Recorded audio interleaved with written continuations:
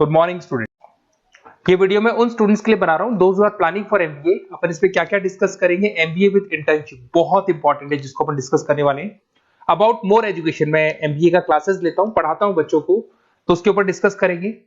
How to choose the best college for MBA, MBA के लिए जो बेस्ट कॉलेज है उसमें प्लेसमेंट को देखते हैं, इंटर्नशिप्स को देखते हैं, बहुत सारी चीजों को देखते हैं, उस पर डिस्कस करेंगे। और एमबीए में बहुत सारे स्पेशलाइजेशन होते हैं, सबको अपन डिटेल में डिस्कस करेंगे। चलिए शुरू करते हैं।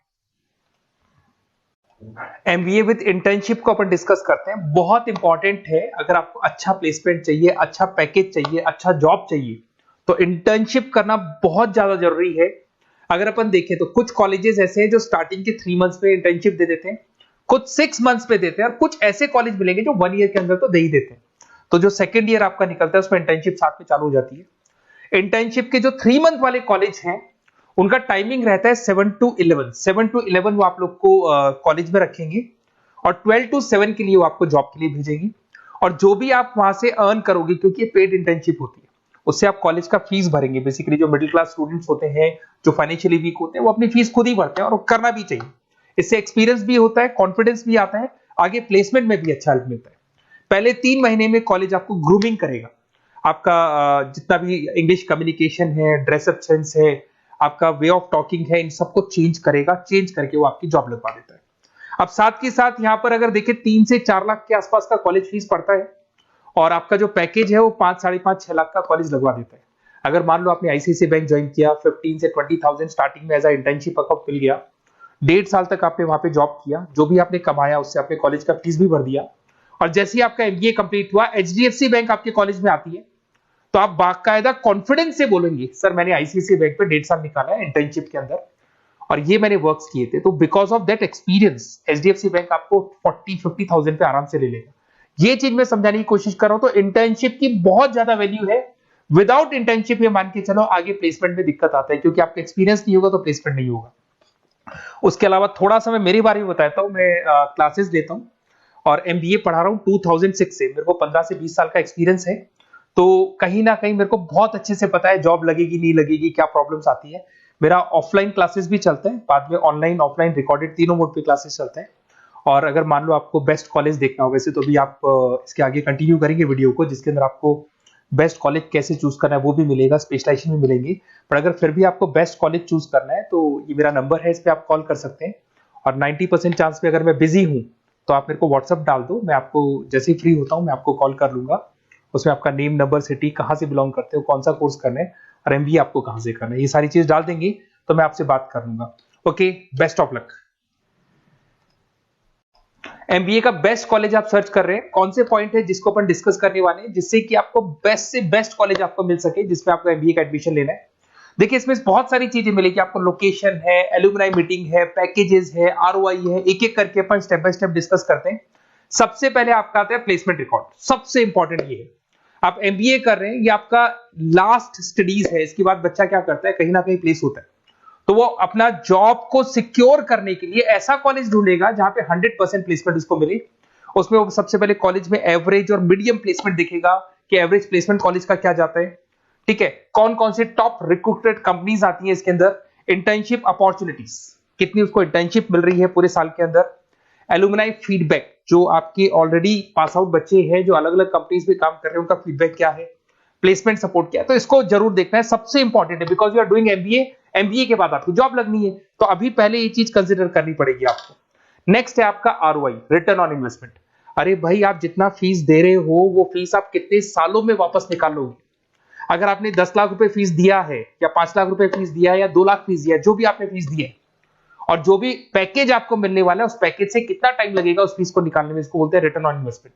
तो कितना पैसा मैं लगाऊंगा और कितना मेरे को उसके ऊपर रिटर्न मिलने वाला है, कितने का पैकेज मेरे को मिलने वाला है, दैट इज आरओआई। तो आप यही देखना कि जितना फीस आप लगा रहे हो, अगर आपने 4 लाख 5 लाख का कॉलेज भी देखा है तो 7-8 लाख का पैकेज तो चाहिए। 10 लाख का अगर कॉलेज आप देख रहे हो तो भी मेरे को 10-12 लाख का पैकेज चाहिए। जितने का फीस पे कर रहे हो उससे कम से कम 1-2 लाख रुपए ऊपर मेरे को पैकेज चाहिए, that is what an ROI.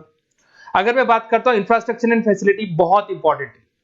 आपका जो कॉलेज है उसका इंफ्रास्ट्रक्चर क्या है, उसकी फैसिलिटीज क्या है, क्या सारी चीजें सपोर्ट करता है कि नहीं करता। अगर ये सारी चीजें नहीं है कॉलेज के अंदर, और अगर इंफ्रास्ट्रक्चर अच्छा नहीं है तो कॉलेज का पैकेज लगना भी बड़ा मुश्किल है, क्योंकि जब तक आपको फैसिलिटी नहीं मिलेगी तो आप पढ़ाई कहां से करेंगे। उसके बाद में आता है आपका लोकेशन। कॉलेज सेंट्रलाइज्ड लोकेटेड होना चाहिए सिटी के अंदर।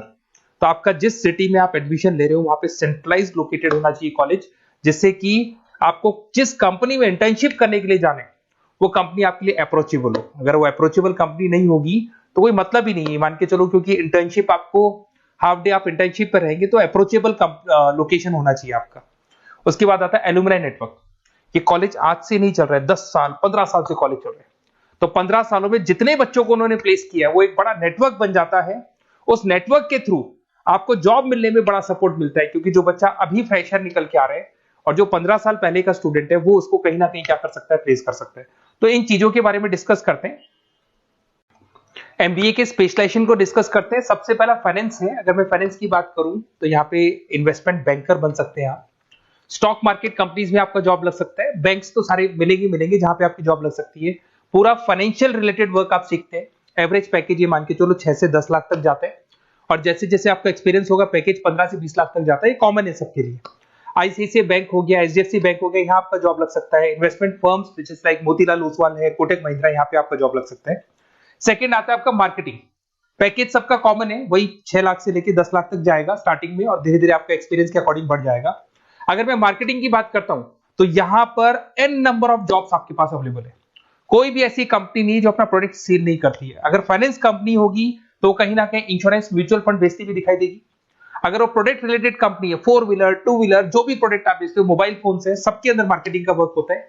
पैकेजेस बहुत अच्छे लगते हैं यहाँ पे। जैसे जैसे आप अपने टारगेट्स और सेल्स को पूरा करते हो वैसे वैसे आपके पैकेजेस भी इंप्रूव होते हैं इसके अंदर। आपका एफएमसीजी कंपनीज है, टेक कंपनीज है, ई कॉमर्स कंपनीज है, ये सब आपको मिल जाएंगे इसमें।